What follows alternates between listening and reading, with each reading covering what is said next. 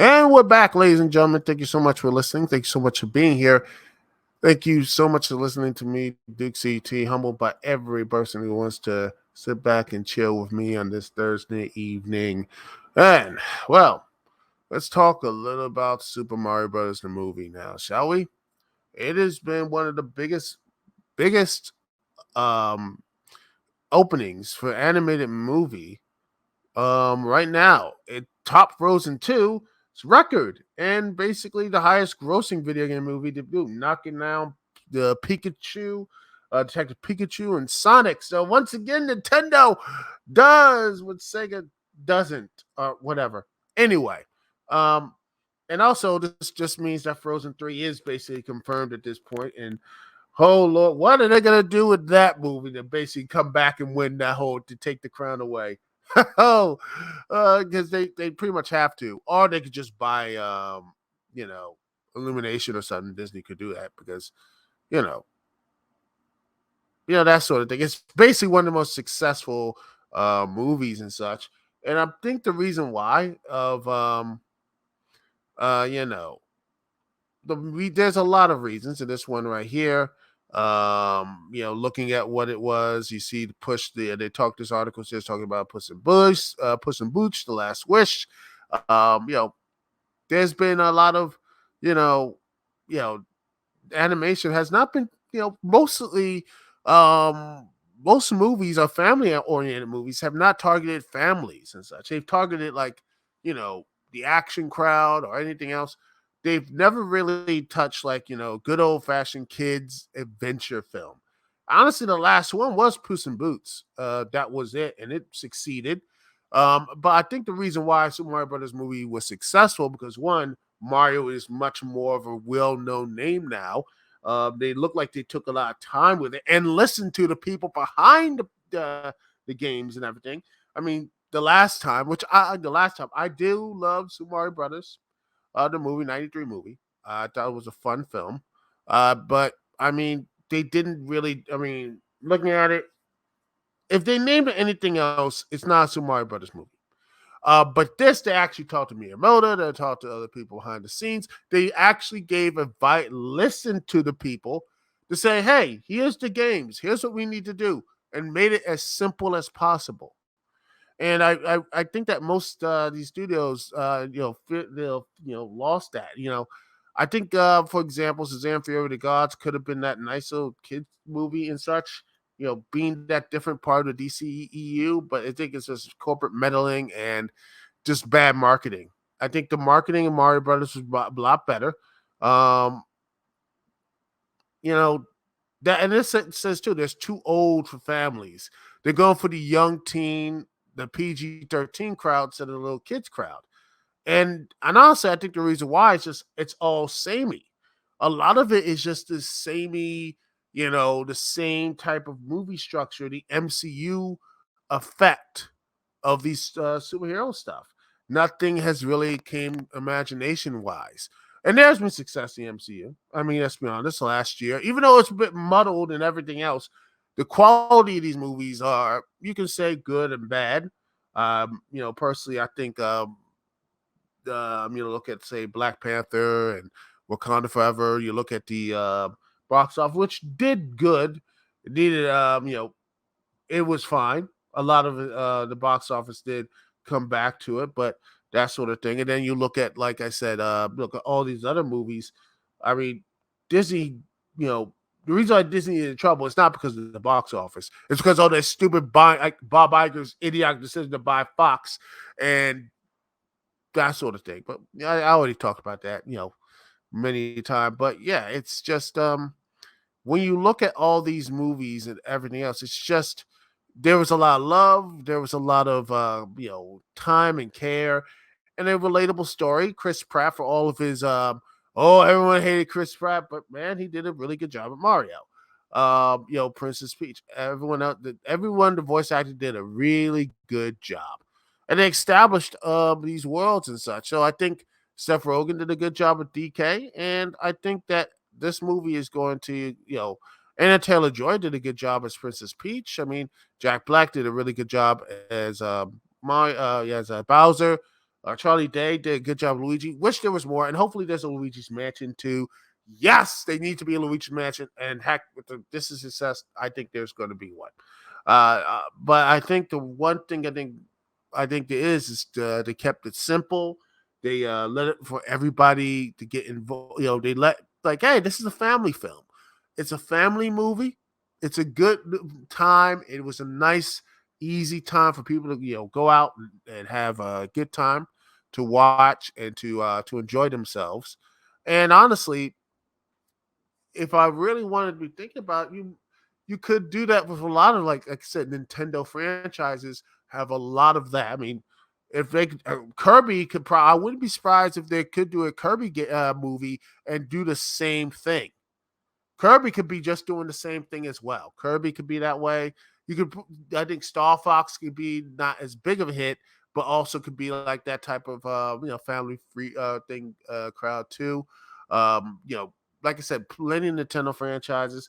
I think that's what made Sonic into a did not cross the adults. They made it like silly, and I worry what Sonic 3 is going to be. But yeah, I worry about that. But if they bring in Shadow, I'm a little bit worried about that. But when I look at the stuff that I market and everything, I think there's a huge prime real estate of that as well, of being for kids, for entertainment, and building up something that like, wow, this is really nice. This is really good. You know, um, and relatable characters. Let's see, looking at looking at stuff here, and I think they could easily jump into that as well. I can't wait for that. It's gonna be really. I can't wait to see more of that. But also, I think there could be other games and such like that. I think there could be. I think Earthworm Jim could. I don't know what they're doing with Earthworm Jim now, but I think that would be really good if they bring that back. Um, there's like I said, there's plenty of good family type of games out there made just for that. I mean, right now, I think some good indie games. I mean, Undertale, if they really did it right, you could easily have a good, solid 1980s feel to that type of if they really did it right. I mean, Undertale, maybe Celeste, all these type of games that have like that emotional core and such. That sort of thing. You can have emotional core with that type of characters and everything like that. You could and Legend of Zelda as well. I mean, I'm surprised that they haven't. If this works, I think they will probably have a Legend of Zelda film, and not be an April Fool's joke by what I think it was IGN or something. I don't know, years ago. Hopefully, one day they actually say we'll do an Legend of Zelda type of movie or something like that. A good sword and sorcery movie is needed.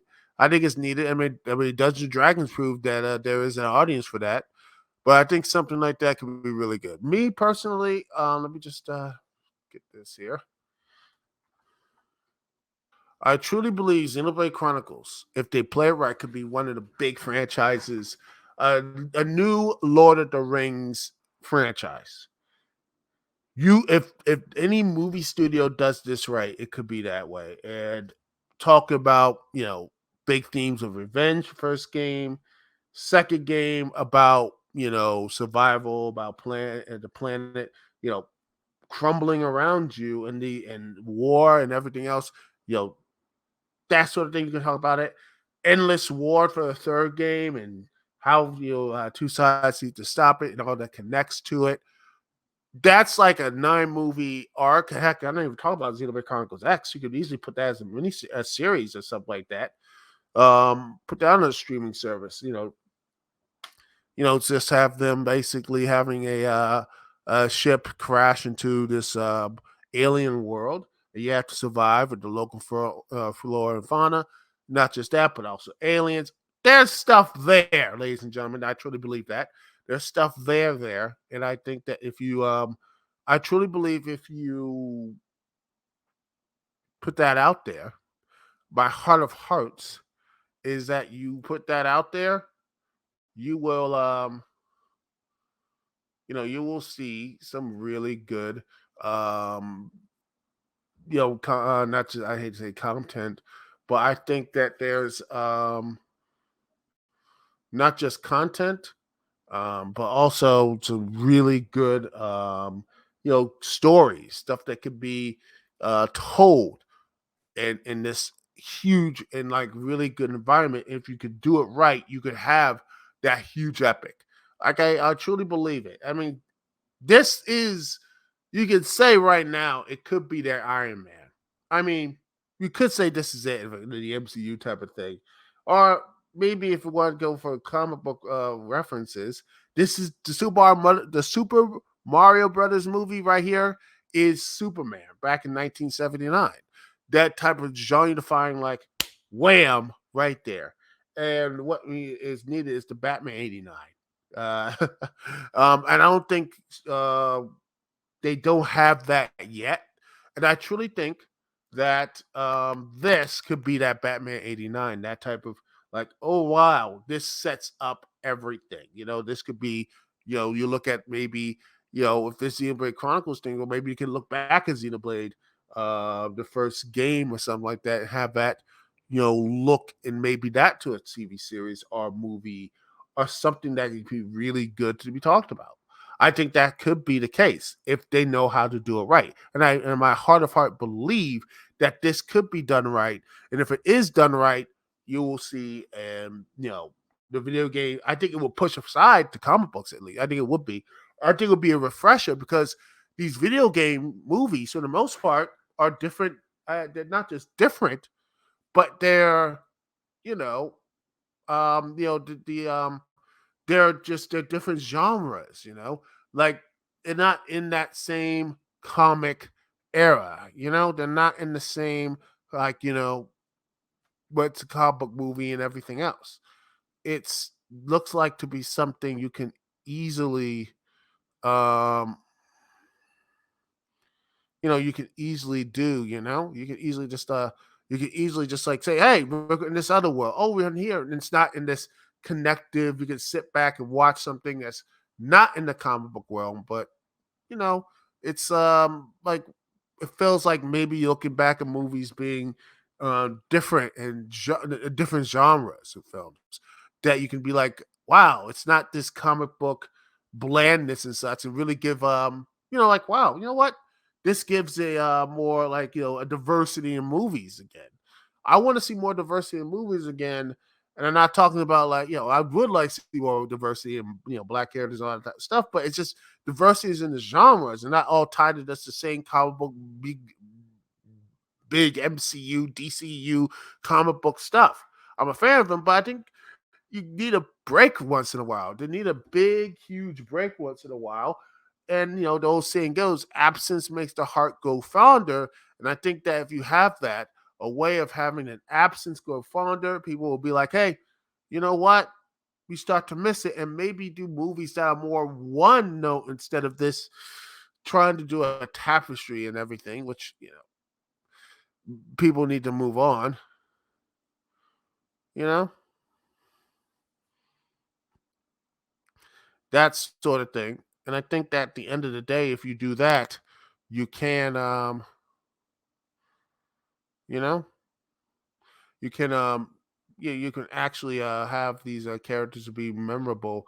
And like I said, Xenoblade Chronicles. I mean, what happened? When was the last time we had an epic quest movie? An epic Lord of the Rings type of movie with different characters, different people coming together from different colonies, different kingdoms, and everything else. It would be nice to see. Wouldn't that be great to see, ladies and gentlemen, an actual different, something like fantastical worlds instead of this CGI stuff? Which I mean, if I was head of these like studios, stuff like, I would just be like, we're doing this practical. We're gonna do practical effects and maybe do the same CG, the stuff from the Batman, which I really like. Get the people who did the Batman do stuff like Xenoblade Chronicles. Like if they look at like the areas and seeing how big, like see, gosh, what's the thing where let's see I gotta know where Melly. Oh my gosh, just where is it? She's Alchemoth, Alchemoth, or something like that. Alchemoth.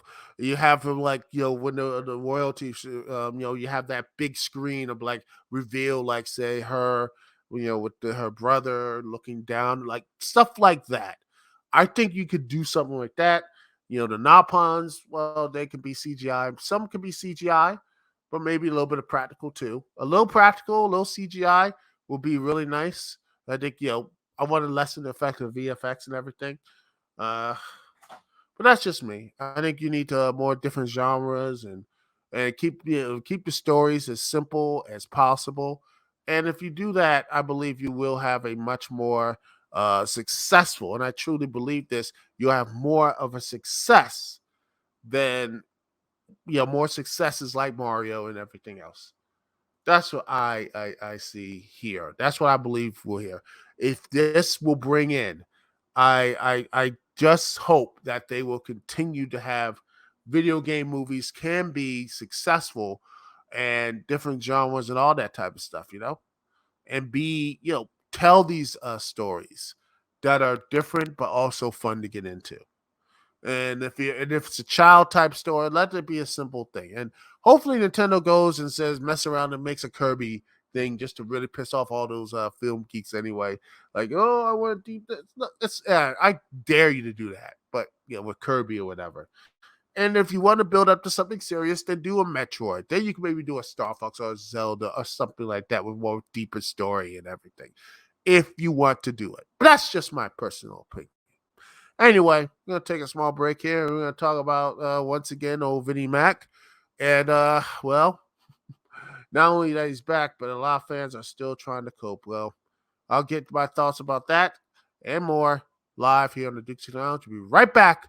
Rather this here on TalkShoe.com and on YouTube as well. Thank you so much for watching. Thanks for being here. Thanks for listening to me, Duke CT. We'll be right back right after this.